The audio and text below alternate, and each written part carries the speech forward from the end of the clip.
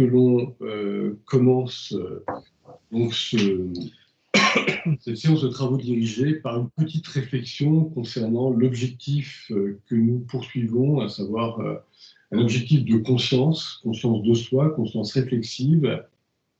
Et c'est assez important à saisir, c'est que la conscience réflexive, c'est pas la conscience de la fourmi moyenne qui sait qu'elle attrape une brindille ou du sucre ou même une congénère.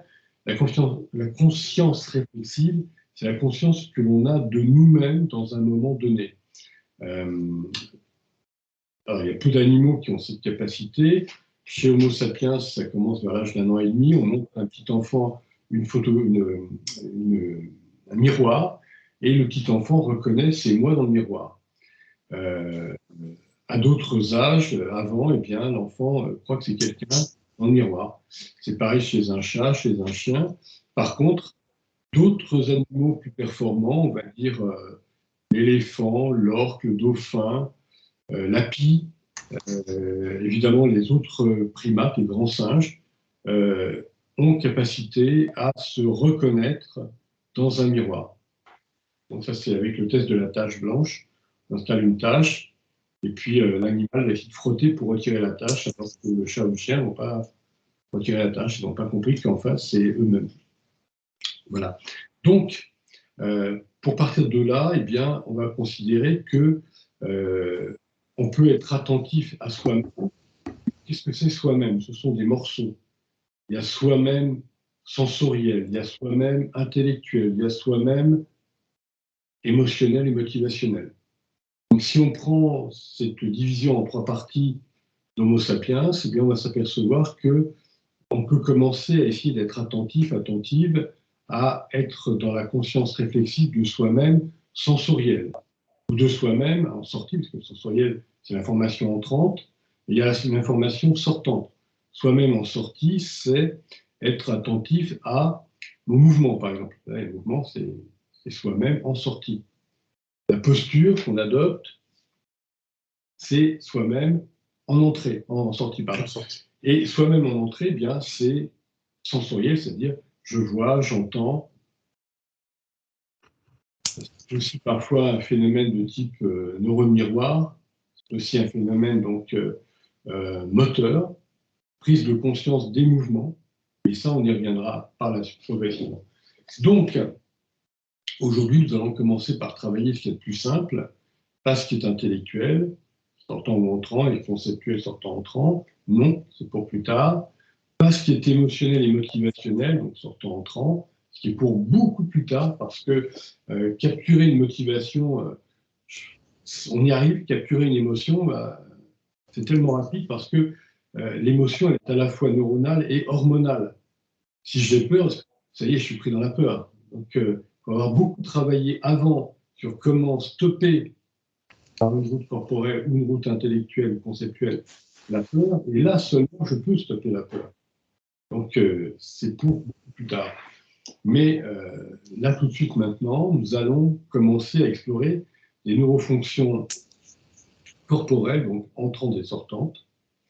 Et donc je vais vous inviter à prendre note, puis ensuite, eh bien, il faudra, je vous expliquerai pour ceux qui découvrent ce cours maintenant, il faudra explorer au fil des jours de la semaine telle ou telle neurofonction entrante ou sortante. Il y en a même une qui est vous l'avez dit, proprioceptive. Voilà, fonction 2, qui est ni entrante ni sortante, elle est entre les deux. Bon, et vous allez comprendre dans quelques instants là. Je laisse peut-être la parole à Serge pour. Alors donc on va travailler ce qu'on appelle les neurofonctions. On va travailler les 7 premières neurofonctions corporelles. Il y en a une pour chaque jour de la semaine, et on va travailler pendant 2 semaines ces 7 premières neurofonctions. Pourquoi 2 semaines? Parce que la première semaine, il y a une volonté de travail, donc on va être très très volontaire, on va essayer, on va chuter, on va peut-être y arriver, mais ça va être très volontaire. Et la deuxième semaine, on va un peu lâcher cette volonté pour rentrer davantage une forme d'intention, d'intentionnalité, et on va peut-être y arriver, on va certainement, pour certaines, y arriver davantage que la première semaine. Donc nous vous proposons, la neuroconnectique propose en première neurofonction, donc une neurofonction corporelle, où il va s'agir d'explorer dans notre corps nos contractions et nos décontractions corporelles. Où se place, là tout de suite maintenant, si on travaille cette première neurofonction, si on va chercher dans notre corps où sont les tensions, relaxation, contraction, décontraction. Alors, seulement, par exemple, tout de suite, est-ce que mes épaules sont contractées? Ouh, que c'est dur! Est-ce que ma mâchoire est contractée? Ouh, que c'est dur! Au contraire, est-ce que tout ça est bien décontrasté et relaxé? Idem pour mes jambes. On peut se dire qu'on a parfois une jambe qui est repliée ou qui est complètement serrée, ou à contrario, au contraire, complètement relâchée, relaxée. Ça peut être également la main, on n'y prête pas attention, des fois on a les mains serrées, et on va rester les mains serrées comme ça. Prendre conscience aussi de cette contraction.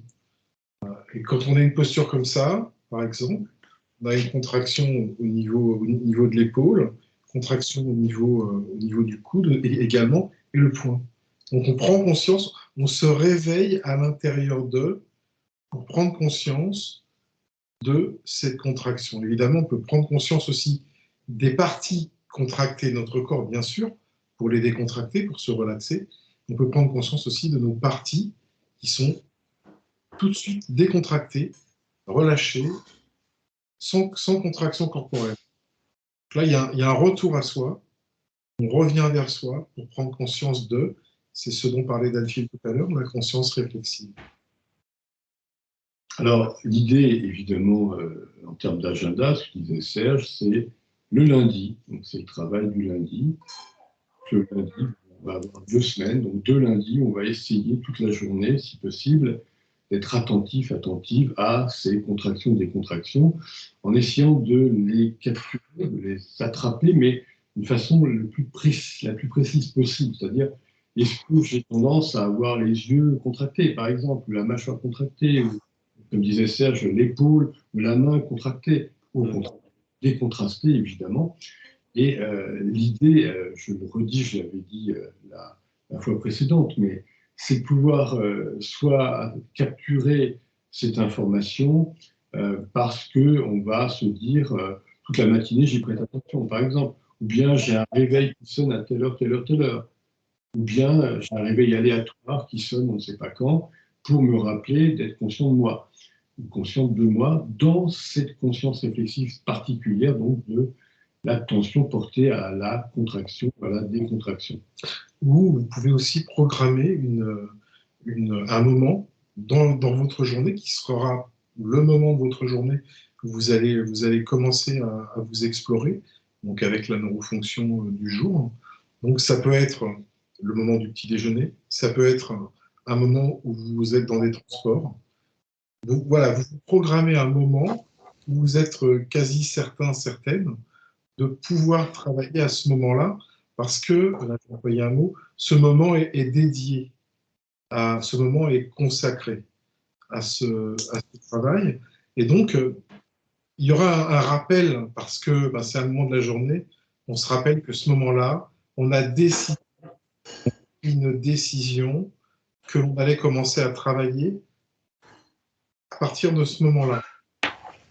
Bien sûr, ce moment-là, plus il est tôt dans la matinée, plus ce travail va être efficient dans la journée, puisque vous commencez à vous en rappeler à un moment de la journée qui est tôt, un moment tôt dans la journée, donc ça pourra continuer pendant le soir, l'après-midi.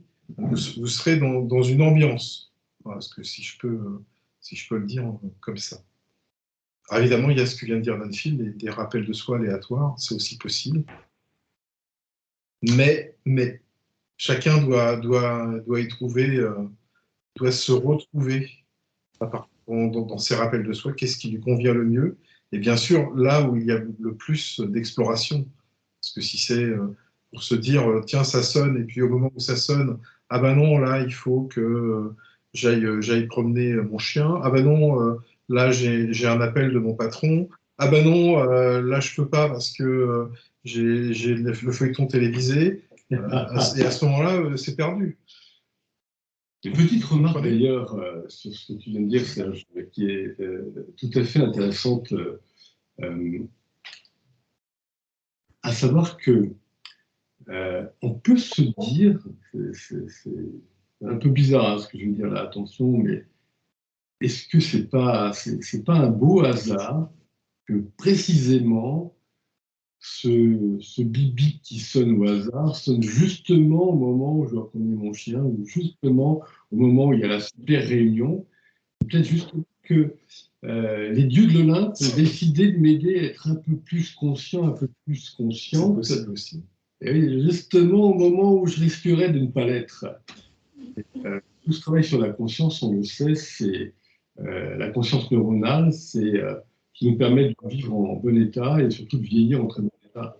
Parce qu'il y a tellement de gens qui, voilà, on s'en est rendu compte pendant la période Covid, sont complètement déboussolés, psychologiquement effrayés par ce qui se passe. Et là, on risque une guerre ici ou là, on risque, alors qu'on avait 70 ans de paix en Europe, enfin, on risque une inflation qui devienne de la déflation, etc., etc. Donc, préparons-nous à être très solides et considérons que cet entraînement à justement ne pas perdre notre énergie parce qu'on est tendu ici ou là, eh bien, ça peut être bien vu. Alors, petite réflexion, oui, justement, concernant le dernier livre publié là, en 2023. Ce qui est très intéressant, c'est qu'il y a un chapitre, en effet, ou deux, d'ailleurs, qui évoque cette idée de ne pas perdre trop d'énergie, et notamment l'énergie, on la perd par des petits mouvements, on y reviendra dans quelques minutes, mais aussi par des contractions là où il n'y en a pas besoin. Alors, je vous ouvre le débat. Est-ce qu'il y a une question parmi vous concernant cette première neurofonction à étudier donc pour le lundi, le prochain lundi, et puis le lundi d'après, évidemment.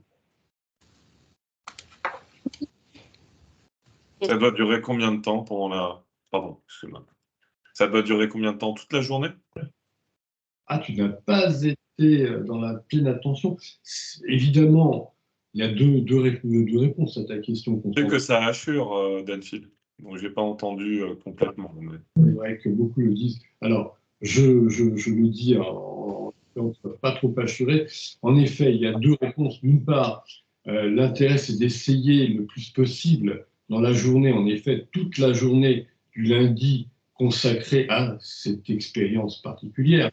Mais cette expérimentation de base, elle va être travaillée selon chacun. Ce sur quoi portait la réflexion de Serge de manière assez c'est-à-dire, il y en a qui vont dire simplement je prends une tranche horaire qui m'intéresse, d'autres qui vont dire je prends un téléphone précis, d'autres à telle heure, telle heure, telle heure, d'autres qui vont dire je prends un téléphone aléatoire qui sonne ou un réveil aléatoire et je ne sais pas quand ça sonne, mais en tous les cas, donc la première réponse c'est oui, toute la journée du lundi et même lundi à minuit, pourquoi pas, Constantin. Donc, il n'y a pas de minimum et il n'y a pas de maximum, à part 24 heures.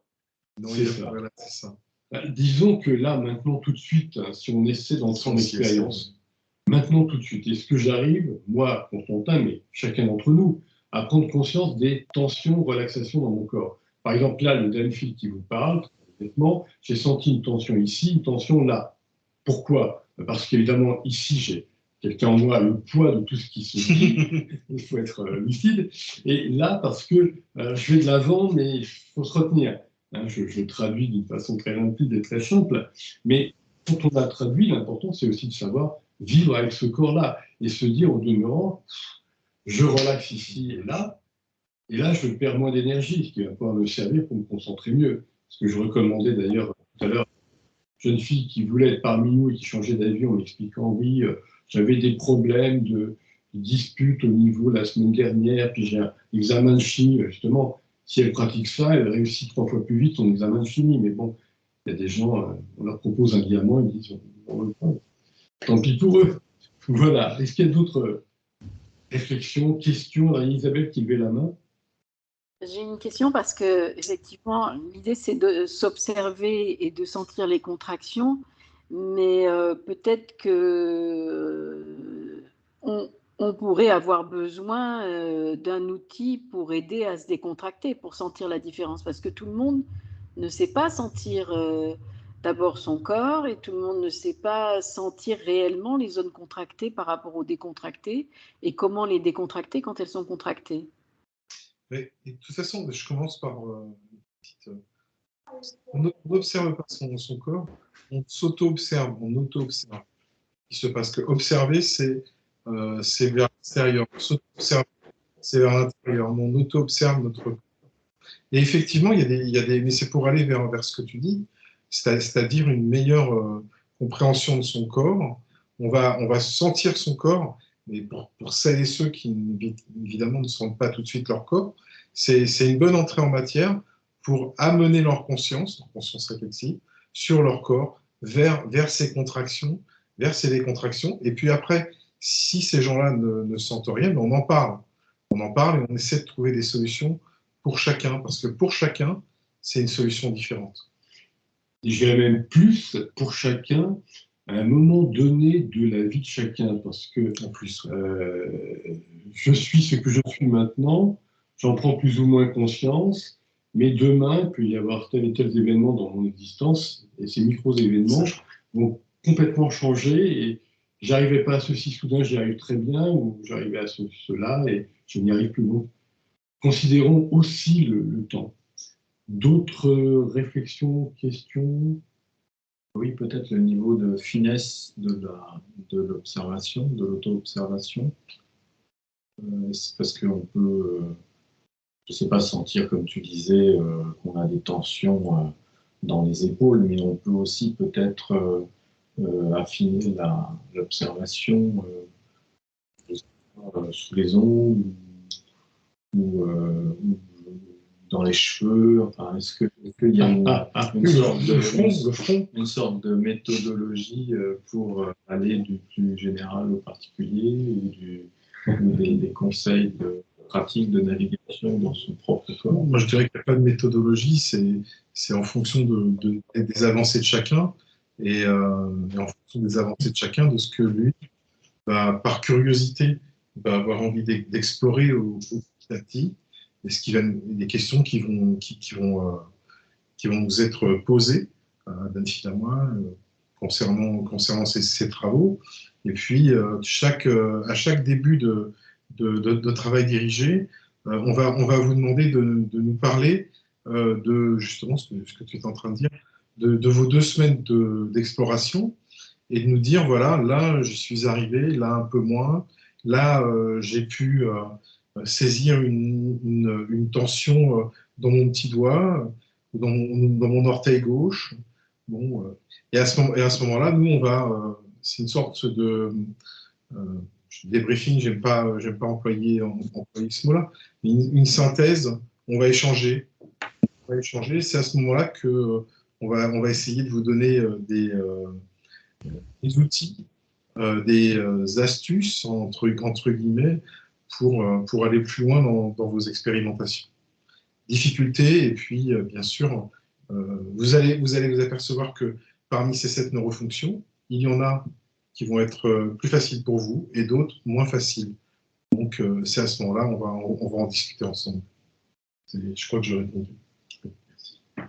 Et en même temps, par rapport à ce que disait Stéphane, oui, il y a des moments, en effet, ce que dit Serge, où on va avoir envie d'être attentif à notre petit doigt parce que on a coincé dans une porte, on a des fourmis dans le doigt.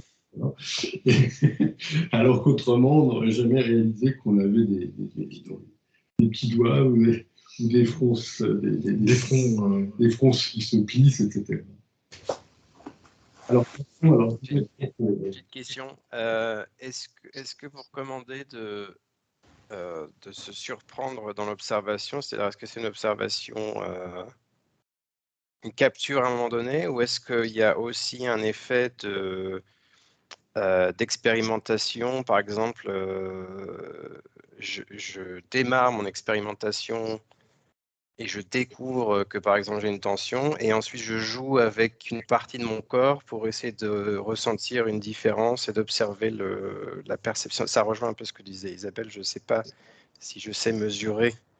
Est-ce que c'est tension, pas de tension entre 0 et 1, ou est-ce qu'on parle de travailler un peu pour essayer de reconnaître comment la perception évolue dans l'auto-observation? Je ne sais pas si ça a du sens ce que je dis. Si, Amaury, alors, on entend, alors Amaury avait participé au groupe 3 ou 4, donc il y a quelques années, donc évidemment, c'est beaucoup de réminiscences et de souvenirs techniques, je dirais. Absolument, ce que tu dis, c'est complètement évident. Alors c'est toujours le même principe. Quand on va au théâtre, la première fois, on sait que c'est une pièce, on a nos yeux qui regardent, l'oreille qui écoute, et on est dans le sensoriel. On nous invite à aller à nouveau au théâtre, puis alors la surprise, c'est la même pièce de théâtre, donc je ne peux pas partir, je vais écouter. Et là, c'est le système émotionnel qui commence à se réveiller.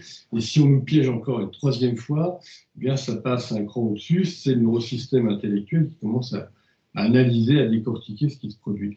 Et là, c'est exactement pareil. Tu as en effet une attention qui va être portée à ton épaule. Bon, et puis ça revient dans la même journée. Tu as une attention qui revient, je pense, oh là là. Et là, je me dis, je ne vais plus être simplement sur l'épaule, je vais être, est-ce que c'est tel muscle? Est-ce que c'est à côté de tel os là-bas?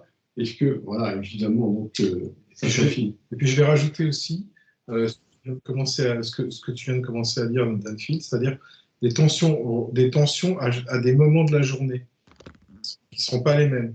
Des tensions parce que vous allez rencontrer des individus, vous allez devoir, je sais pas, entrer en conférence, parler devant un auditoire. Donc là, il va y avoir des tensions qui vont arriver, qui ne sont pas des tensions habituelles, entre guillemets, qui sortent du contexte habituel.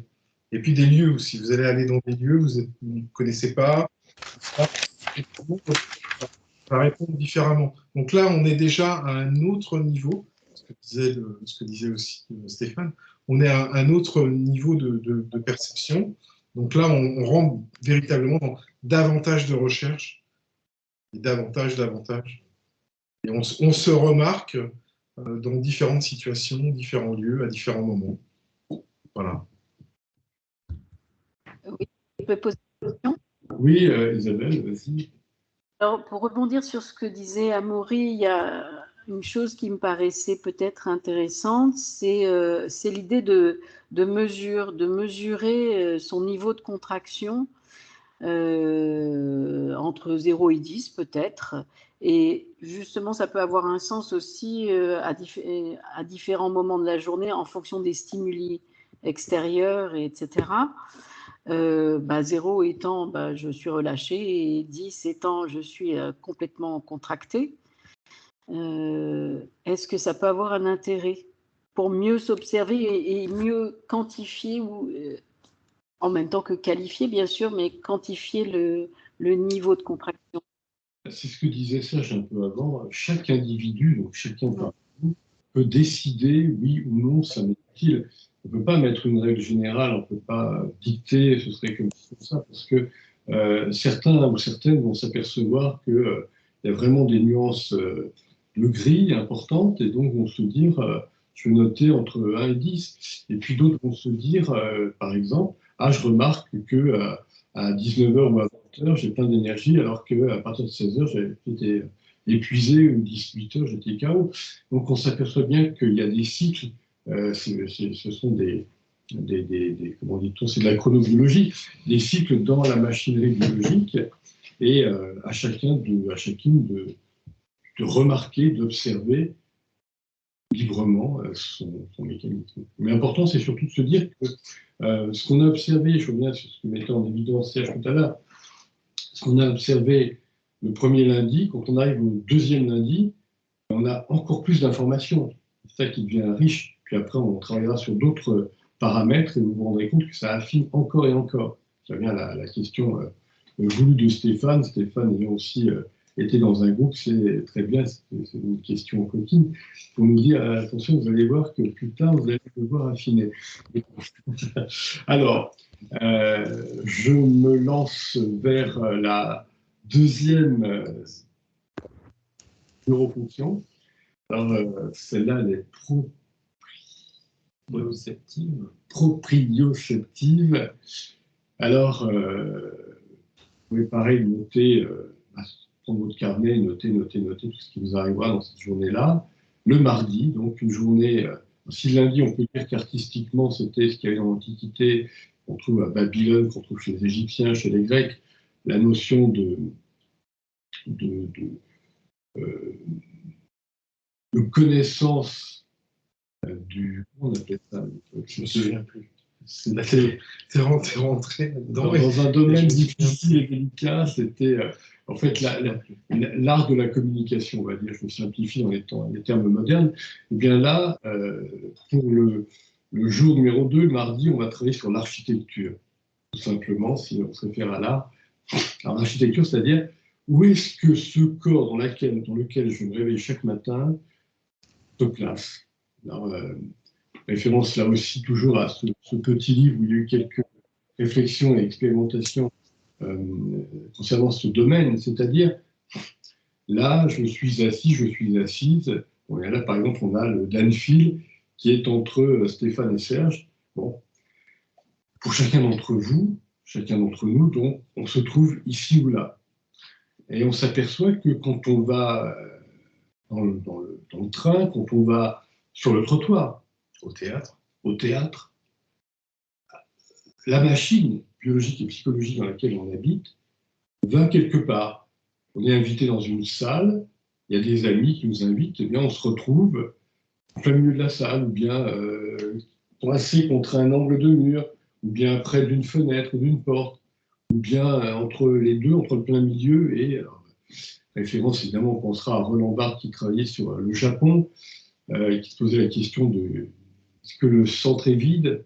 Bon, beaucoup de questions qui peuvent se poser, mais là, nous sommes simplement dans la neurocognitive fonctionnelle et nous essayons d'auto-observer la machine biologique et psychologique dans laquelle nous habitons et de se dire, eh bien voilà, je suis placé, soudainement, je me réveille, je suis dans une salle, ou bien je marche dans la rue et soudainement, je me réveille, clac, là, et je suis près de la rue côté maison ou côté voiture, ou en plein milieu.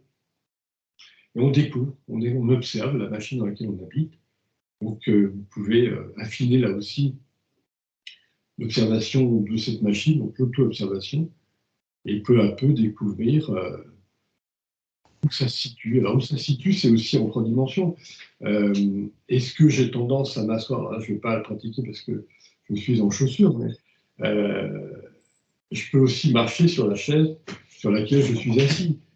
Et si jamais je prends la chaise et que je m'assois en mettant un pied dessus, eh bien évidemment, je vais me retrouver très haut par rapport. Donc il y a vraiment 3 dimensions. Et donc se dire, où est-ce que je me situe?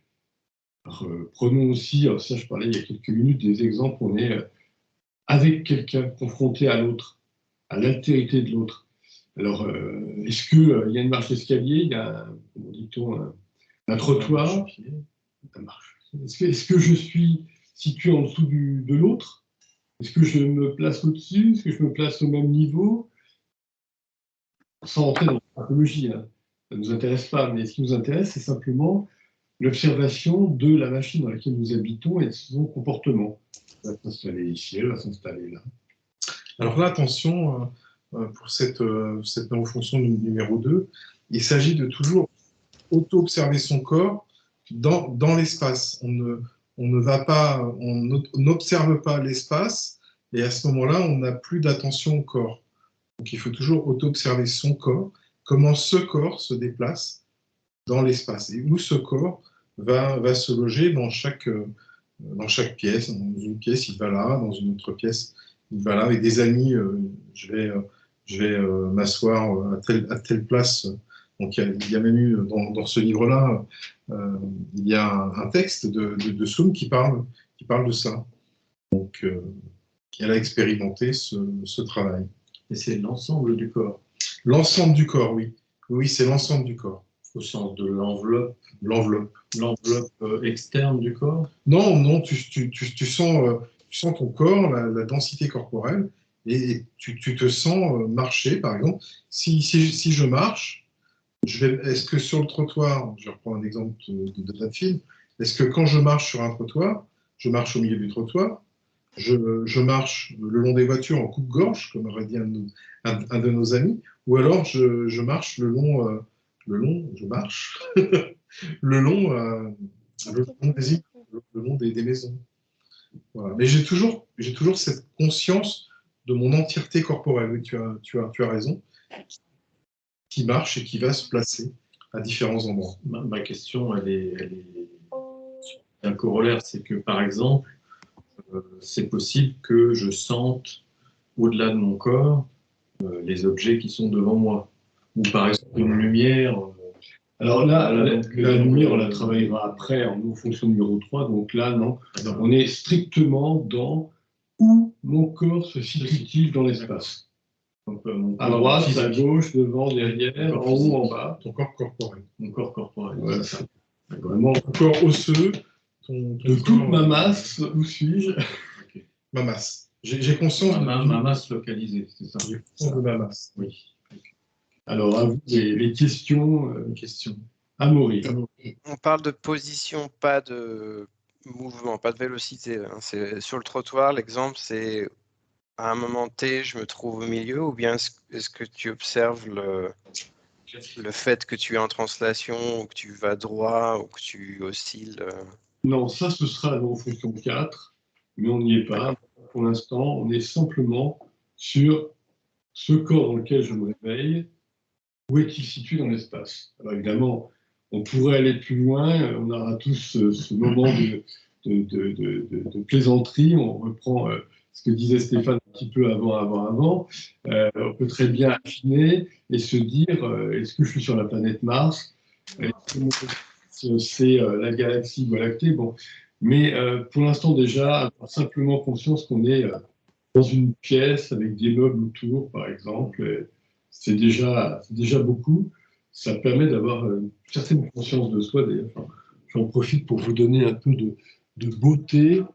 Voilà. Et ce que tu dis, Amaury, on va le travailler plus tard. Dans ce qu'on appelle les neuroconnexions. Donc on travaille Ça en plus. Oui. en plus. Alors, d'autres questions, suggestions, réflexions? Oui. On a entendu un petit bruit. C'était Aurélie qui parlait, non? Entendu une voix féminine, mais Une étouffée. Petite fille. étouffée. Une petite fille, c'est peut-être chez Laurent. Ouais, c'est peut-être chez Laurent. Ah, Evelyne qui nous donne un coucou. Bon. Alors, donc la neurofonction numéro 3, celle du mercredi, c'est la vue, la vision. Il s'agit d'accompagner sa vision et de capturer vers où nos yeux se posent et vers quoi ils se posent. Donc, des couleurs, des formes. Alors, les formes, ça peut être un chapeau, ça peut être un casque, comme je suis en train de regarder là, le casque de Laurent ou celui d'Amaury. Si je commence par regarder le casque, je commence par regarder une forme, et ensuite je suis attiré par la couleur, la couleur blanche du casque de Laurent ou ses lunettes, et je suis attiré par ses lunettes et le doré de ses lunettes, vers où mes yeux se posent, et donc c'est comme si, c'est pas comme si, je prends conscience, je capture l'instant. Alors, est-ce que mes yeux, ils vont vers le haut et ils se posent sur un objet, une couleur qui est en haut ou vers le bas ou à droite ou à gauche? Je prends conscience de ma vue, de ma vision. Et aussi, on peut prendre conscience de sa vision en relief. C'est-à-dire que je prends conscience, par exemple, de Stéphane, et je prends conscience que Stéphane est là. Donc Stéphane, je le vois en relief, et ensuite, je remarque le décor derrière Stéphane. Mais Stéphane est vivant, il est là. C'est mon objet de vision, celui que je regarde en premier. Vous allez remarquer que non, il est vivant au niveau de ma vue. Vous allez remarquer cela. Parce que moi, j'avais remarqué dans les premiers temps de la neuroconnectique, je regardais comme si je regardais à plat. Donc, il n'y avait pas de conscience de l'autre, il n'y avait pas quand je regardais un arbre, c'était à plat. Et quand j'ai regardé un arbre plus tard, je me suis émerveillé parce que l'arbre était là. Il était vivant, il était présent. Et au niveau des couleurs, c'était pareil. C'était là. Je voyais vraiment. J'étais en train de redécouvrir. Non, j'étais en train de découvrir la vue. C'était hallucinant. Donc, j'avais jamais regardé comme ça. Je regarde. Ça me pensait un peu à lorsqu'on regarde une affiche, on voit un mot qui est écrit. Oui. Et en fait, le système d'interprétation te donne le sens du mot sans que tu sois capable d'observer les formes des lettres qui sont très particulières, parce que ce sont des lignes posées d'une façon ou d'une autre. Et en fait, on passe directement de façon automatique dans l'interprétation du mot et avec tout le réseau de sens qu'on a derrière, sans forcément s'arrêter aux spécificités de la vision et de la sensation associée justement à ces formes. Et donc, il faut ralentir, en fait.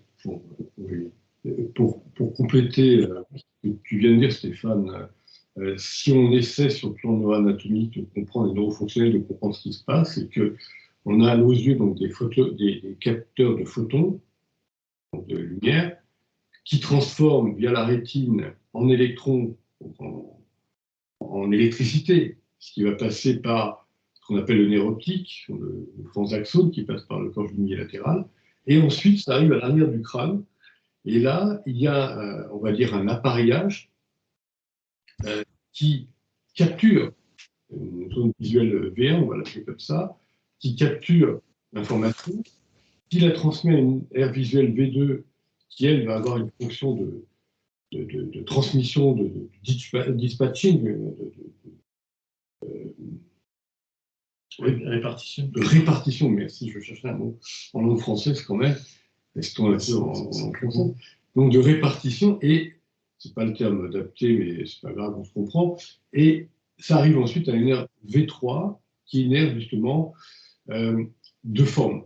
Et c'est là qu'on commence à avoir les formes. Après, il y a une aire V4, donc on commence à aller comme ça, une aire V4 qui va travailler sur les couleurs.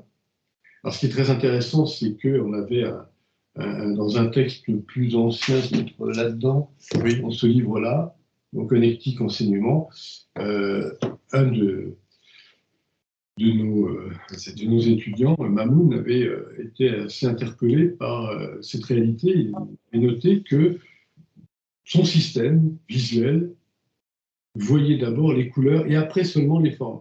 Bon, on sait que, neuroanatomiquement parlant, le système nous amène à d'abord passer par l'aire V3, de l'aire visuelle des formes, avant d'arriver jusqu'à l'aire visuelle des couleurs.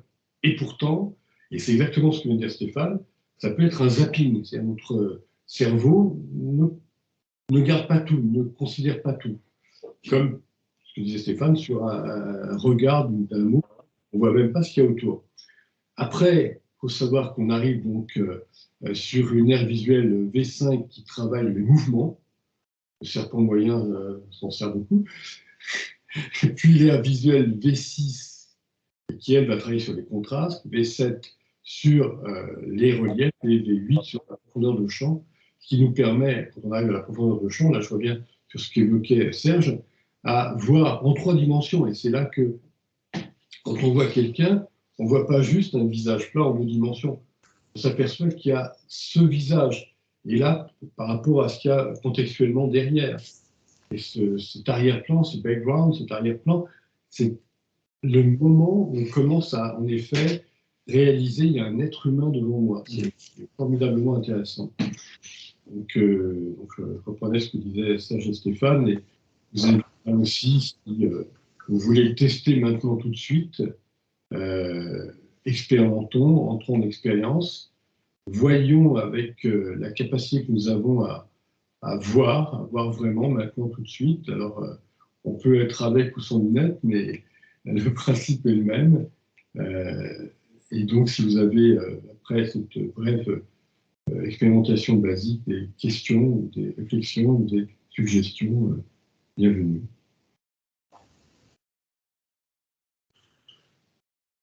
Ok. Bon. Alors, C'est à toi, Nafi. le jeudi. Ah, le jeudi. Ah oui. Ah oui, si on était à mercredi. Alors, mercredi, c'est un jour, on va dire, si on reste sur l'art, on l'aura compris, dévoué à la peinture. Oui. Et je pense à Lao Tse, d'après Chuang-Tzu, son disciple, qui demandait à ses étudiants d'aller observer un paysage, revenir ensuite à la maison et peindre le paysage, dessiner, le peindre, qui implique d'être vraiment très présent à ce qu'on a vu. Oui, c'est ce qu'effectuait Picasso tous les jours pour développer sa mémoire visuelle. Il dessinait tous les jours, assez longtemps, même dans des cafés, pour exercer sa mémoire visuelle. Ouais. Picasso qui avait commencé par des études d'architecture. Alors, en effet, on arrive à la neurofonction 4, le jeudi, et là on vient un petit peu, c'était, il me semble, Amaury qui avait évoqué ça, le mouvement, et la machine dans laquelle on est tout le temps en mouvement, on le sait, mais on ne le sait pas. Et là, on va essayer de le savoir, c'est-à-dire d'être présente à soi-même quand un mouvement a lieu. Alors, un mouvement, c'est en effet, ma tête me gratte, ou ma main se met devant ma bouche soudainement, et où ma tête se tourne, et tous ces, exactement, tous ces petits mouvements, les petits mouvements qui peuvent être dans la bouche aussi, la langue. Hein, on sait pourquoi on a un coup qui pense, c'est parce qu'on ne sait pas ramener la langue vers le fond de la gorge, par exemple. Tous ces petits mouvements, on se rend bien compte de comment ils sont là, et les petits mouvements qui peuvent nous amener à croiser une jambe sur l'autre, à bouger. Pourquoi est-ce que on va se mettre comme ci ou comme ça Et là, eh bien, la grande question, elle vient évidemment vers le comment, c'est plus qu'un pourquoi. Quand il y a un mouvement, on peut s'apercevoir du mouvement. Mais alors, le mouvement, est-ce qu'il est rapide? Est-ce qu'il est lent? Est-ce qu'il est bref? Est-ce qu'il est ample? Est-ce qu'il est souvent? Ou est-ce qu'il est rarement de fréquence? Donc, toutes ces questions-là qui nous permettent d'être en observation de la machine dans laquelle nous habitons, cette biopsychomachine. Là, par exemple, le Danfield qui parle, et je l'observe de l'intérieur, et je le vois plus en caméra, et vous le voyez aussi, cette biopsychomachine. Et on voit le Danfield avec ce mouvement. Là. Bon, je vais mettre là-dedans, je prends conscience. Il n'est pas en image, Danfield. Ah bon? Il n'est pas en image. Alors, c'est juste sur l'ordinateur d'Isabelle, parce que Sans image. sur mon ordinateur à moi, qui est un grand Retina de chez Apple, moment de publicité, ça y est, l'argent rentre chez Apple, eh bien, je vois tout le monde. Ce que je voulais ajouter à ce que vient de dire Danfield, c'est qu'entre chaque mouvement, il y a une posture. Et donc, s'il y a une posture, il va y avoir un mouvement. S'il y a un arrêt du corps en posture, il va y avoir un mouvement qui va suivre. Et puis, ce que je souhaitais vous dire aussi, c'est que pour ce travail des neurofonctions, il y a une décision à prendre. On prend une décision, c'est-à-dire que dans notre cerveau, on va se dire, maintenant, je vais m'essayer au mouvement corporel. Et là, je vais laisser donc mon corps travailler. Je vais laisser mon corps vivre. Et je vais essayer d'accompagner les mouvements qui vont venir. Je ne vais pas être dans une... C'est peut-être la première semaine. Vous allez être dans une posture volontaire. Vous allez dire, je vais travailler les mouvements. Et dans votre cerveau, ça va continuer à se dire, je vais travailler les mouvements, je vais travailler les mouvements. Et donc, à ce moment-là, vous ne serez pas dans l'instant. Vous serez dans un... Vous allez jouer vos mouvements. À partir de la deuxième semaine, donc là, on a une semaine plus intentionnelle, vous allez lâcher cette décision. La décision va être prise, mais ensuite, vous allez vous créer une liberté corporelle pour attraper. On parle de capture. On parle de capture nerveux système pour l'instant présent, la capture dans l'instant, ce qui se passe dans l'instant. Et donc, au niveau du mouvement, c'est comme ça. Voilà, je souhaitais vous dire ça. Donc, si vous avez des questions là-dessus, on pourra y revenir. Voilà ce que je voulais ajouter. Alors, justement, s'il y a des questions. Alors, les mouvements, non, c'est vrai que je ne vous ai pas donné toute la clé.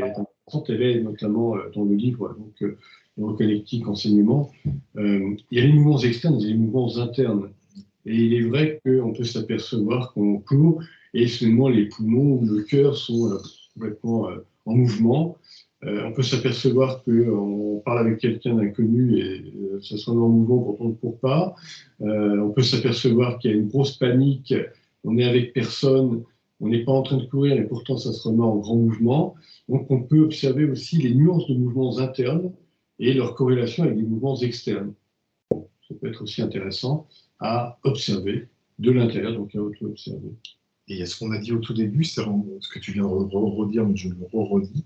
À chaque moment de la journée, c'est différent. Les mouvements vont peut-être être différents avec les personnes rencontrées, les individus qu'on rencontre au cours de la journée, ça va être différent. Peut-être qu'avec certains, on va être très, très calme, très posé, puis avec d'autres, parce que il y a une activité corporelle plus importante, parce que l'autre en face de nous,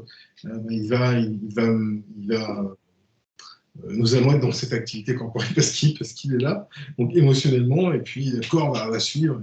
Et c'est là, à ce moment-là, quand on voit cette activité corporelle, on va essayer de stopper un peu ça au fur et à mesure. Quand on se trouve trop excessif dans le mouvement, on va essayer de prendre un peu de calme.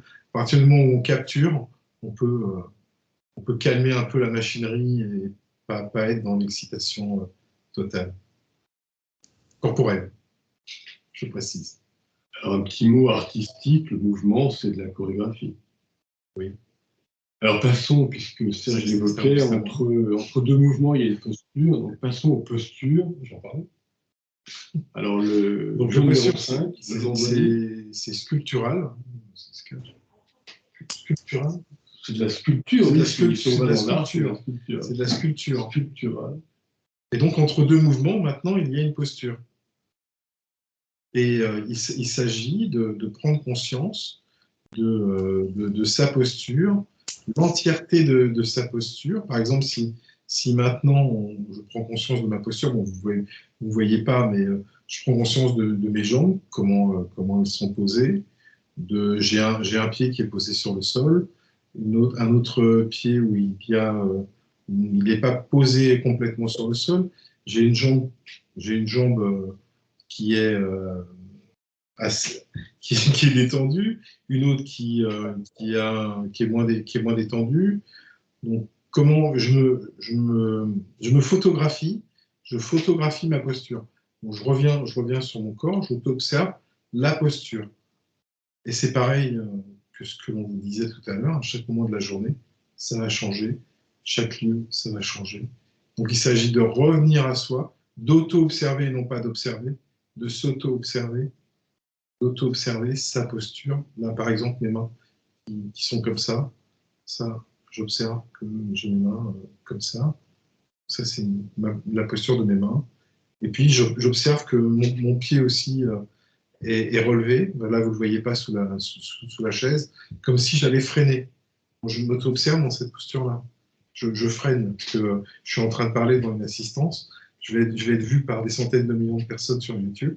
Donc, je freine, mon corps freine, la posture freine. Voilà. Alors, il y a aussi un paramètre à considérer. Par exemple, là, on a Marie-Hélène qui a une main devant la bouche. Mais pourquoi c'est cette main-là et pas l'autre main? Par exemple, vous croisez les bras. Ça vous paraît naturel, mes bras, ils sont croisés. Hein. Et pourquoi vous ne les croisez pas dans l'autre sens? Et c'est toujours la même mécanique. Les jambes, c'est toujours la même jambe qui se croise sur l'autre. Et même si on revient sur la travail précédent, donc pour le jeudi, vous apercevez que quand vous démarrez, vous levez du lit, c'est toujours le même pied qui va devant. Donc on est dans des tas d'automatismes, et l'objectif premier de la neuroconnectique, c'est une discipline qui nous amène à prendre conscience de ces automatismes. Donc en l'occurrence, justement, on va pouvoir observer, on va dire, créer une connexion qui permet d'être observateur, observatrice de l'intérieur de telle posture plutôt que telle autre posture. Et ça va dans des détails après. Ce que je voulais rajouter également, c'est que Danfield en a parlé au tout début, il a parlé des neurones miroirs, et donc on va aussi, les neurones miroirs vont adopter des postures de vos amis. Par exemple, cette posture-là, c'est la posture du Danfield. Et je me suis capturé, j'ai auto-observé que Serge prenait cette posture-là. Donc il a attrapé la posture du Danfield, sans le vouloir. Par affection, on ne sait pas, les neurones miroirs, ou celle-ci par exemple. Bon, c'est encore du Danfield, ça. Bon, on s'aperçoit. Bon, vous avez peut-être au fur et à mesure de ces expérimentations, vous apercevoir que vous adoptez des postures de votre entourage. Alors, pas vous adoptez, attention. Votre biopsychomachine adopte, et vous réveillez dedans libre, dans la liberté d'observer tout ça. Important de rester libre. Exact. Alors, pareillement, si vous avez des questions, réflexions, suggestions, émotions.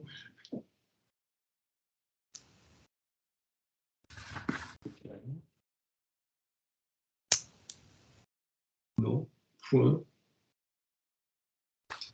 Alors, attaquons. Alors, après vendredi, on est déjà dedans. Alors, le samedi, c'est un jour un peu difficile. Hein. On s'est dit qu'on pouvait peut-être, Danfield en premier, il a préparé tout ce travail-là. Un travail un peu difficile, c'est d'essayer de réunir toutes les neurofonctions d'avant.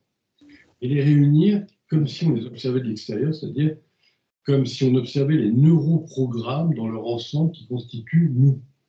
C'est-à-dire que tout ce qu'on vient de dire, si j'ai telle posture, avec telle tension, relaxation, avec tel, alors, ce sera pour le dimanche, la voix, le regard, que sais-je encore, je suis placé ici ou je suis placé là dans l'espace, eh bien tout ça, ça définit un rôle. C'est un travail, on va dire, si on prend l'art, théâtral. Et dès l'instant que l'on commence à observer la machine dans laquelle on est, eh bien on va pouvoir distinguer, par exemple là, est-ce que le Danfield qui donne secours les secouristes, est-il un professeur qui se prend pour quelqu'un, ou bien est-il un professeur un peu clownesque, ou bien un professeur tout simple, etc. C'est-à-dire qu'on peut être même dans un rôle donné et s'apercevoir qu'il y a des nuances de gris, comme on dit, dans ce rôle. Donc nous pouvons nous dire, chacun d'entre nous, là, si vous êtes dans une position d'étudiant, est-ce que vous êtes étudiant sage, étudiant consciencieux, étudiant chanteur, étudiant rebelle, étudiant, etc., etc. Qu'est-ce que notre corps donne à voir? Qu'est-ce que nous donnons à voir à l'autre? Et puis ce travail sur le rôle corporel, on s'était dit que déjà, si on pouvait capturer au moins trois neurofonctions, au moins, hein, évidemment si on capture les 6, c'est encore mieux. Et si on en capture au moins 3 dans un premier temps, par exemple la posture, la vue, et puis mes décontractions corporelles, ça va constituer une forme de rôle. Et là, je vais me rendre compte de ce que je donne, ce que mon corps donne à voir à l'autre. C'est ça la clé de ce travail sur le rôle. Qu'est-ce que je donne à voir à l'autre? C'est aussi pareil pour la posture, pareil pour les mouvements, semblable pour les mouvements. Qu'est-ce que je donne à voir à l'autre? Et si on regarde l'autre comme ça avec des gros yeux aussi, je prends conscience de moi et de l'extérieur. Qu'est-ce que l'extérieur voit de moi? Est-ce que c'est contextuel, du coup, cette auto-observation? Est-ce que, par exemple, il est préférable de s'auto-observer dans plusieurs contextes ou avec plusieurs personnes pour qu'on puisse voir s'il y a une différence? Est-ce que c'est ça l'objectif? Toujours, oui. Est-ce que ça aide? Ben, ça, c'est un objectif d'après. Ce que tu nous poses comme question, tu as toujours une marge d'avance. Donc ça, c'est l'objectif d'après. Parce que peut-être parce que tu as déjà travaillé, tu as soif de reprendre ce travail, et donc tu voudrais aller plus loin, mais on te dit oui, Bien sûr. avec grand plaisir. Mais je le fais pas exprès, et d'ailleurs je préférerais pas être après. Je ne pourrais pas rater cette étape-là, c'est ça le problème. Alors, disons que pour l'instant, c'est simplement, je me réveille dans la machine et j'auto-observe la machine. Voilà, j'observe la machine, je m'auto-observe. C'est tout, pour l'instant. Mais après, en effet, il deviendra intéressant de se dire, j'accélère ceci, j'affine cela, je décuple ce lot et ce nu, évidemment. Si tu te sens à l'aise et que tu arrives à te réveiller dans ta journée, à différents moments, différents lieux, et en fonction des personnes, des individus qui sont en face de toi, c'est génial. Maintenant, c'est à toi de voir par l'expérience, à toi de constater par l'expérience, l'expérimentation, ce que tu peux et ce que tu ne peux pas encore. Et à partir de là, on va travailler là-dessus. Et, ça peut être intéressant aussi, par exemple, tu es devant Lorraine, elle te parle, tu prends conscience du rôle qui se joue entre elle et toi à ce moment-là. Oui, c'est exactement. Mais ce rôle, à partir du moment, ça c'est en même temps très intéressant, ça ramène à l'expérience avec Carole récemment sur Skype. Et tous nous étions ensemble et je montrais à Carole qu'elle était comme ci ou comme ça, et soudainement, hop, elle enlevait un programme neuronal retirait cette posture. Et là, on est exactement dans ce type de mécanisme, c'est-à-dire que à partir du moment où tu vas observer de l'intérieur tel ou tel rôle qui se joue en toi, surtout vis-à-vis de ta compagne, forcément quelqu'un que tu vois souvent, que tu vas t'apercevoir de j'ai telle posture, je suis comme ça, c'est pas sympa, et hop, ça va vouloir se changer. Et donc là, tu auras le travail d'essayer justement de ne pas le changer pour réussir à capturer le programme tel qu'il est. Ce qui permet par la suite, et ce sera dans d'autres séances de travaux dirigés, d'autres cours, où l'on travaillera justement sur comment bloquer, changer, modifier, si on souhaite tel ou tel programme qui nous paraît pas bon pour nous, perdant d'énergie ou autre. Alors on peut aussi, ça peut aussi soigner certains tocs.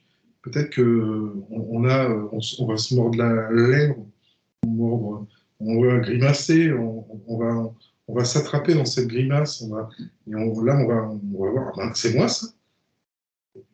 Essayer de soigner ça. Voilà, c'est pour c'est des captures de moments. Vous capturez dans l'instant, dans le réel. Qu'après. Alors, autre question, réflexion, émotion, sensation, enthousiasme. Je mis avec des lions, mais. Alors, dernière neurofonction, c'est réservé pour le dimanche. Alors, comme me disait Serge il y a quelques minutes, à travers ce jeu théâtral, nous pouvons voir l'autre, et voir l'autre qui est en nous, et voir comment nous réagissons, notre programmation neuronale réagit à tel ou tel programme, justement, à tel ou tel, on pourrait dire, contexte. Donc, mais là, on ne va pas travailler justement sur ce qu'on va voir, mais sur ce qu'on va entendre. Qui permet évidemment, pour le samedi peut-être d'après, de travailler avec un paramètre supplémentaire, c'est-à-dire l'écoute. Alors quand on entend, on peut s'apercevoir qu'on entend peut-être mieux d'une oreille que de l'autre. On peut s'apercevoir qu'on entend peut-être mieux ce qui est aigu que ce qui est grave, au contraire. On peut s'apercevoir qu'on entend peut-être plus ce qui est loin de nous paradoxalement, ce qui est près de nous. Au contraire, on peut s'apercevoir qu'on entend peut-être ce qui est syncopé, qui est bien souvent, comme sonorité, ou bien au contraire, des sonorités qui sont plutôt rares. Voilà. Donc c'est intéressant d'essayer de capturer en nous les mécanismes de l'écoute. Les petits bruits, là, il y a quelques petits bruits. Un stylo, une chaise, une porte ici qui émet des bruits, porte en bois. Là, le son de la voix aussi. Ma voix. Ma voix. Là, j'ai un exemple parce que donc je donne ce même cours à une amie qui est passionnée aussi par ce travail. Et elle me disait, donc elle travaillait sur l'écoute, sur la neurofonction numéro 7. Et elle me disait que c'était bruyant une ville. Elle ne s'était jamais rendu compte du brouhaha de la ville. Et les sons étaient vraiment très très durs dans une ville. Elle ne s'en était jamais rendu compte. Effectivement, je lui ai dit, il faut sortir aussi des sonorités qui sont difficiles, qui nous importunent pour aller écouter de la musique, de la grande musique, et puis écouter en pleine écoute, je dirais, la sonorité, et prendre conscience de la beauté aussi de la musique, et prendre conscience du chant des oiseaux, des petits bruits. Oui, Isabelle? Est-ce que ça va jusqu'à écouter la résonance des sons dans notre corps? Alors oui, c'est toujours très interpellant quand on se rend compte que on a un gargouillement, un gargouillage par là, par exemple. Bien sûr. Je pensais pas forcément à ça. Je pensais justement quand on a un son de l'extérieur, mais qu'il y a une résonance, que ça fait une résonance à l'intérieur de nous. Oui, Oui, oui, je comprends ce que tu veux dire. Par exemple, un son de tambour qui va avoir une résonance à l'intérieur de toi, pourquoi pas? Mais là, ça va dépendre aussi du moment. C'est peut-être pas en pleine journée, ça va être des moments particuliers pour te rendre compte de ça. Ou alors, c'est dans toute ta journée, tu es focalisé sur ce genre de sonorité qui te plaisent, qui plaisent à la machinerie, qui plaisent à ça en toi. Soyons précis. des réactions effectivement sensorielles face au son. Il y a des sons qui vont nous faire résonner ou qui vont faire résonner différentes parties de notre corps, même pas forcément que ce soit dans un contexte très particulier comme le son d'un tambour, parce que là c'est vraiment des vibrations particulières, mais ça peut être effectivement le chant d'un oiseau, mais il peut y avoir des résonances dans notre corps. Je réponds. Disons que là, dans ce travail, il ne faut pas aller aussi loin pour l'instant. On va y aller peut-être plus tard, et en fonction de chacun. Si toi, ça te plaît, comme moi, ça me plaît bien aussi, les effets vibratoires des sons sur le corps. Mais pour l'instant, on reste dans la sonorité, et on prend déjà conscience de cette sonorité. Est-ce qu'elle est éloignée? Est-ce qu'elle est proche? Est-ce qu'elle est aiguë? Est-ce qu'elle est grave? Est-ce que j'arrivais à l'entendre auparavant? Ou est-ce que c'est la première fois maintenant? Il y a un principe aussi à considérer, c'est au niveau de l'oreille interne, on sait qu'on a des sites vibratiles qui sont capables de vibrer en harmonie avec musique. Si on entend du jazz, si on entend du rock and roll, si on entend de la musique classique, si on entend c'est très impressionnant. On a le rythme qui s'adapte. C'est pour ça qu'on voit les petits enfants qui vont pouvoir danser facilement. Donc, c'est intéressant aussi, d'observer le rythme musical, comment il est formé, comment il s'installe en nous. Et en plus, à tel ou tel moment, ça peut être différent de tel autre moment. Ouais, très bien. Alors, pareillement, si vous avez des questions autres, et sinon, bien après, on va revenir à des considération sur... Moins distingué. Sur l'objectif, parce qu'il faut quand même bien continuer à persévérer dans ce projet, mais en considérant à la fois l'intérêt de pouvoir observer la machinerie dans laquelle nous sommes, et aussi en tirer, alors on y reviendra, capacité à la modifier de l'intérieur, selon nos souhaits, mais la capacité aussi à la modifier en respectant ce dont elle a besoin, parce que c'est pas je décide, c'est qui en moi déciderait. Et plus encore, il y a ce travail intérieur de se dire, à un moment donné, préparons peut-être une expérimentation, on y reviendra, d'intérêt scientifique, neuroscientifique, pour produire un prochain livre dans quelques années. Donc, bienvenue à ceux et celles qui iront jusqu'à cette partie recherche du travail, en plus de la partie formation. Nous à ajouter ici ou là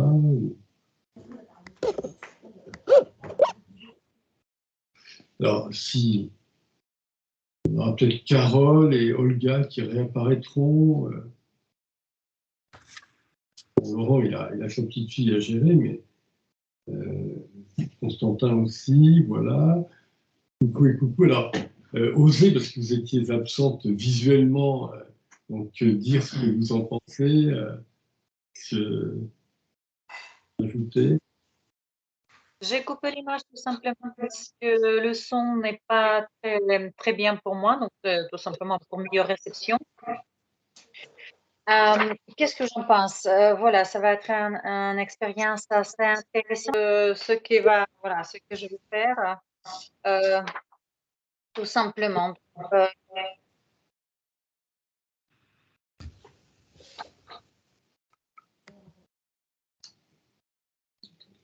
Moi non plus. On n'a pas bien entendu, malheureusement, c'est très haché, Olga. On a entendu que ce travail allait te permettre, ce que j'ai compris, d'aller plus en profondeur dans ce que tu as besoin. Ça j'ai compris. Donc pour toi, c'est très bien. Voilà. Alors ensuite, maintenant, il faut expérimenter, explorer, et puis nous rendre compte de ces explorations, on en parle, et on essaie d'avancer ensemble. Alors surtout, prenez des notes, écrivez, vous observez ceci ou cela dans votre mécanisme, notez-le. Et comme ça, comme le disait Serge en amont tout à l'heure, la prochaine fois, nous allons nous retrouver et commencer par raconter chacun, j'ai observé ceci, j'ai découvert cela dans ma machinerie logique et psychologique. Et ce qui permet après d'avancer justement en comprenant de mieux en mieux comment la machinerie fonctionne et comment je peux se réveiller dans la machinerie et prendre conscience du fonctionnement de celle-ci, voire modifier ce fonctionnement. Oui, Carole?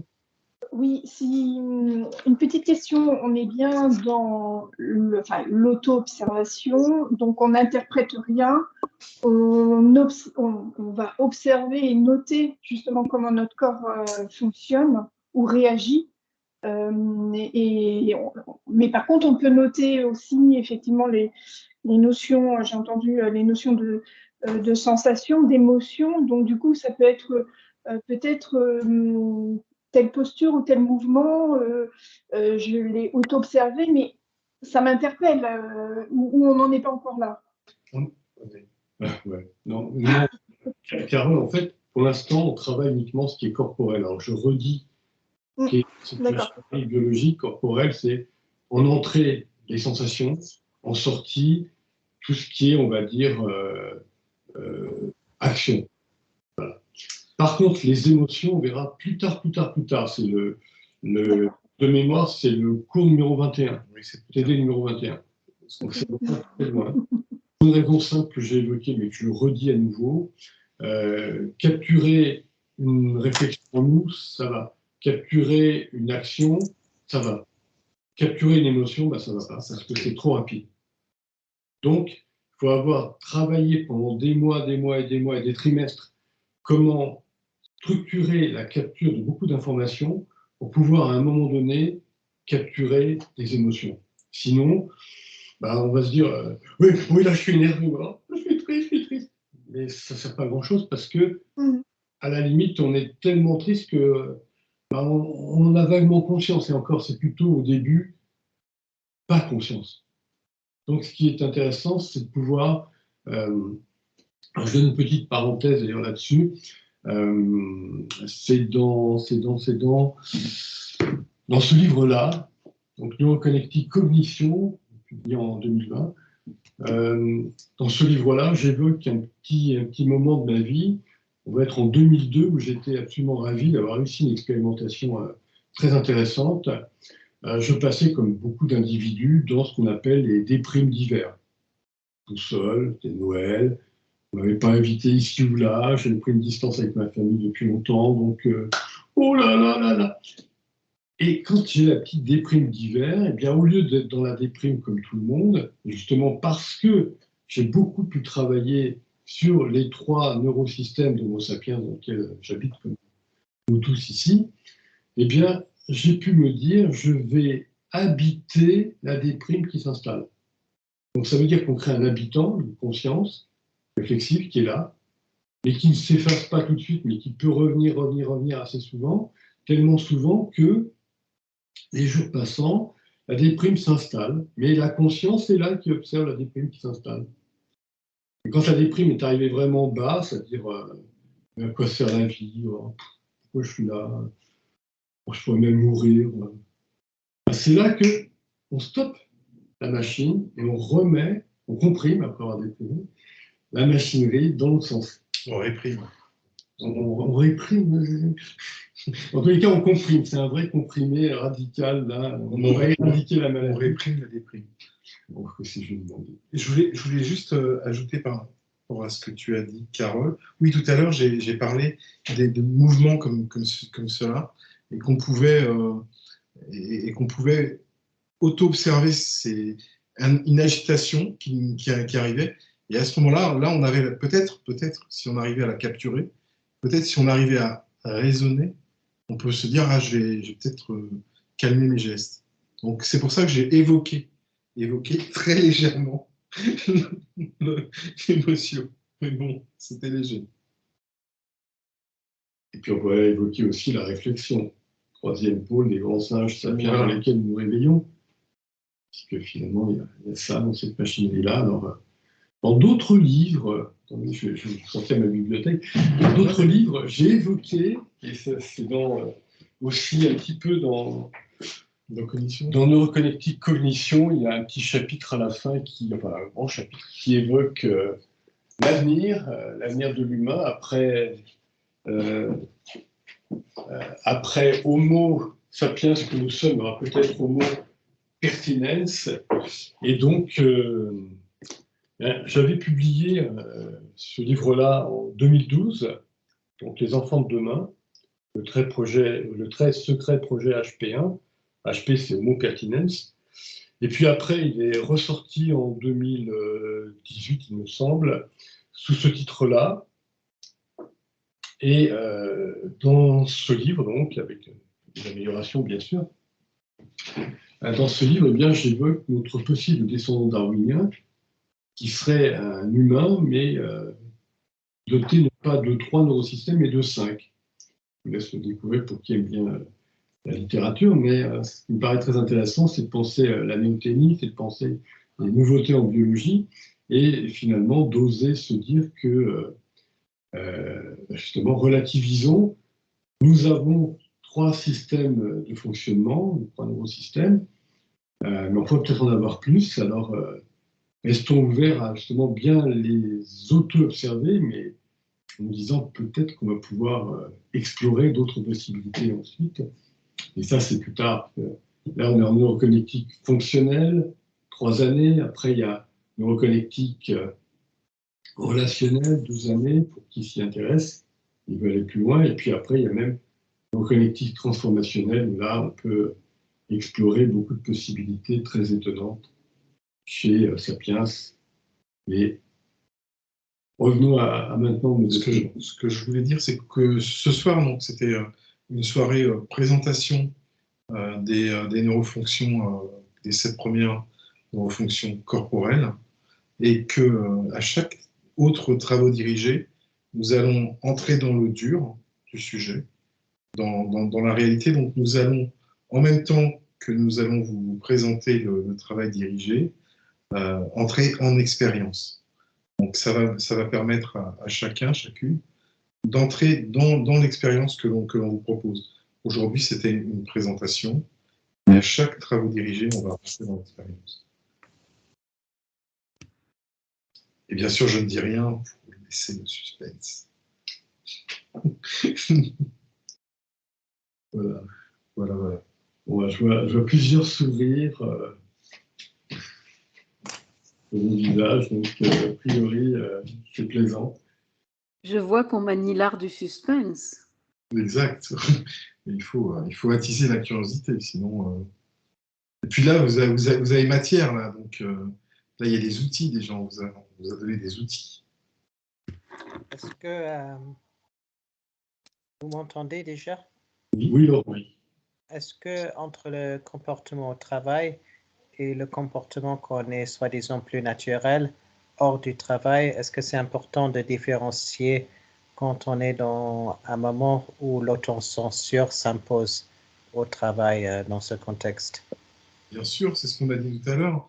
C'est les différents moments de ta journée, les différents endroits où tu vas te trouver, différents individus avec qui tu vas rentrer en interaction. Effectivement, c'est des moments différents, et c'est des moments de prise de conscience différents, des moments de prise de conscience différentes de toi et de ta machinerie en action. Oui, effectivement, tu vas prendre conscience. Et est-ce qu'on pourrait observer, par exemple, au travail, la machinerie, ça serait plus sous tension, et peut-être ça serait explorer comment les facteurs extérieurs influencent notre posture, comportement. C'est ce que je viens de dire. Donc à chaque neurofonction, en l'explorant, et c'est que par l'exploration et l'expérience que tu vas trouver des réponses. Parce que là, tu me poses une question, je te réponds, mais après, c'est à toi d'essayer de rentrer en expérience dans ces moments-là. Peut-être ça va surgir dans ce moment-là. Il va y avoir un moment où ça va apparaître. Tu ne l'auras pas décidé, mais parce que tu auras travaillé en amont dans ta journée ou dans des semaines auparavant, et ça va émerger. Et là, tu vas te prendre conscience de toi dans tel événement, avec telle posture, là, tout de suite, maintenant. Il faut travailler. Par exemple, là, je vois Olga dans la posture du stylo. Il y a beaucoup de professions comme ça, mais une posture du stylo. Alors, le stylo, on ne rentre pas chez le docteur Freud ou d'autres, mais c'est quand même, c'est comme une baguette. Hein. Attention, vous allez en prendre plein les doigts, attention, je vais taper. Hein. Mais cela dit, Laurent, pour revenir très sérieusement sur ce que tu poses comme question, le travail d'observation, il est un travail finalement fondamentalement scientifique. Par exemple, en cosmologie, si jamais une théorie mathématique nous explique que le ciel est comme ci ou comme ça, que l'univers est comme ça et comme ci, bon. Mais que dans l'observation, on s'aperçoit que ce n'est pas vrai, ça ne fonctionne pas. Mais on va être obligé de se baser sur la réalité qui est observationnelle. Donc, l'observation prime, et ensuite l'expérimentation. Donc, on revient sur Francis Bacon. L'observation et l'expérimentation priment sur toute réflexion, sur toute, je dirais, modélisation. C'est là que sont les fondements. Donc, à partir du moment où tu observes que ce soit ta fille qui pique une crise de nerfs et tu observes que toi, bah, tu t'es calmé, ou au contraire tu t'es énervé, enfin, la machine s'est calmée, ou s'est énervée, ou s'est mise en retrait, ou s'est dit à quoi bon tout ça, tous ces mécanismes-là, c'est bon avec ta fille, c'est bon avec ta compagne, c'est bon avec ta directrice, c'est bon, c'est partout. C'est dans la rue même. Tout à l'heure, il y a eu parce que par ça, des petits moments surprenants. Et c'est vrai que tu es dans la rue, puis tu as d'un seul coup quelqu'un, ça m'est arrivé il n'y a pas longtemps, je ne sais pas pourquoi, il se met à t'insulter. Alors, il t'insulte à Constantin qui dit bonne soirée, bonne fin de soirée, Constantin. Oui, il peut y avoir des impromptus. Bonne soirée, hein, je dois vous quitter, puisque... Bonne soirée. Bonne soirée. Bonne soirée. Alors, de toute façon, on a la date prochaine qui est déjà programmée. Donc, point de souci, mais donc je termine et je conclue sur cette question relativement importante, à savoir que on a sans cesse, et c'est là que ça peut être intéressant, je relance une petite parenthèse entre guillemets métaphysique, philosophique, mais il est vrai que je peux se dire c'est amusant, c'est comme si ma machinerie, qui est d'abord de l'énergie, cette machinerie énergétique, alors, je veux dire, oui, c'est un peu le science de l'ingénieur, mais c'est la vérité. Cette machinerie énergétique, elle baigne dans l'énergie, elle côtoie d'autres machines énergétiques aussi. Et voilà que soudain, alors que tout allait bien, peace and love, ma vie était tranquille, je sors et je vais avoir un pot de fleurs qui tombe de chez le voisin de 2e étage, juste à côté de mon épaule. Ah, j'ai la peur de ma vie. Voilà, si c'était tombé sur ma tête, j'étais mort. Le cœur qui bat la charade, tout cela. Et c'est là qu'il est intéressant de rappeler de soi, de prendre conscience de soi. Voilà comment ça fonctionne en moi. Et selon tel ou tel jour de la semaine, on y reviendra en effet, c'est pour vous poser la question, et ça, je sais que c'est pour plus tard, mais on peut cuisiner l'observation de la philosophie, soudainement, et se dire, waouh, voilà comment c'est maintenant tout de suite dans moi. C'est vrai qu'il y a un effet très intéressant parce que ce sont ces moments émouvants qui vous permettent d'être aussi des mouvements, je dirais, réfléchissants, des moments réfléchissants, pardon, dans la vie, qui vous laissent des traces, qui créent la mémoire. C'est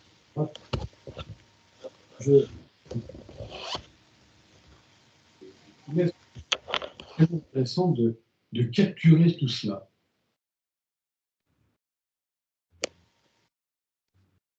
Voilà, donc... Le son devient de plus en plus mauvais pour moi. Ah, c'est le moment de clore, alors. Dommage. Je vous rappelle, si vous avez besoin, vous pouvez me contacter d'Annecy, moi, si vous voulez poser des questions autres, si vous voulez par écrit ou par téléphone ou par Skype, je peux vous donner des conseils, ça dépend. C'est selon. On n'a pas ton adresse. Oui, je vais vous la donner. À chaque fois que j'envoie un courriel, je l'envoie en clair, parce que parfois il m'arrive d'écrire en pas clair, parce qu'il y a des gens bizarres sur cette planète, mais vous qui êtes devant moi, je vous ai jugé pour l'instant comme les gens pas bizarres. Tout va bien. T'écris pas clair, toi? Pourtant, j'ai toujours compris ce que t'écrivais. Ah, ça alors. Donc, en général, toutes les adresses, les adresses électroniques, comme on dit populairement, les adresses mail apparaissent. Et donc, vous pouvez aussi correspondre les uns avec les autres, ce qui est parfois absolument génial, émouvant. Il y a eu à un moment donné, justement, pour l'écriture de ce livre, dont je recommande la lecture toujours, donc il y avait Carole et Aurélie ici présentes qui ont échangé. Et je trouve ça très joli parce que pour moi, un groupe, c'est pas seulement une pyramide avec qui a le savoir et les autres, mais c'est de l'échange dans tous les sens. C'est comme ça qu'on évolue ensemble. C'est de l'amitié aussi, c'est important. Et parce que ce que vous allez nous apporter, parce que vous nous apportez aussi, nous enrichit et nous questionne. Donc, on va se rappeler des mots. Ah, j'ai oublié ça. Ah oui, ça. Ah, elle a raison. Ah, on peut travailler ça aussi. Et on avait oublié parce qu'on a d'autres expériences en cours. Et voilà. Donc, tout ça est très, très enrichissant pour tout le monde. Ok. La prochaine réunion, c'est donc le 24 novembre. Ah non, là, il y a zapping. Là. Ah, attends, oui, Serge, tu me dis de couper, t'as raison.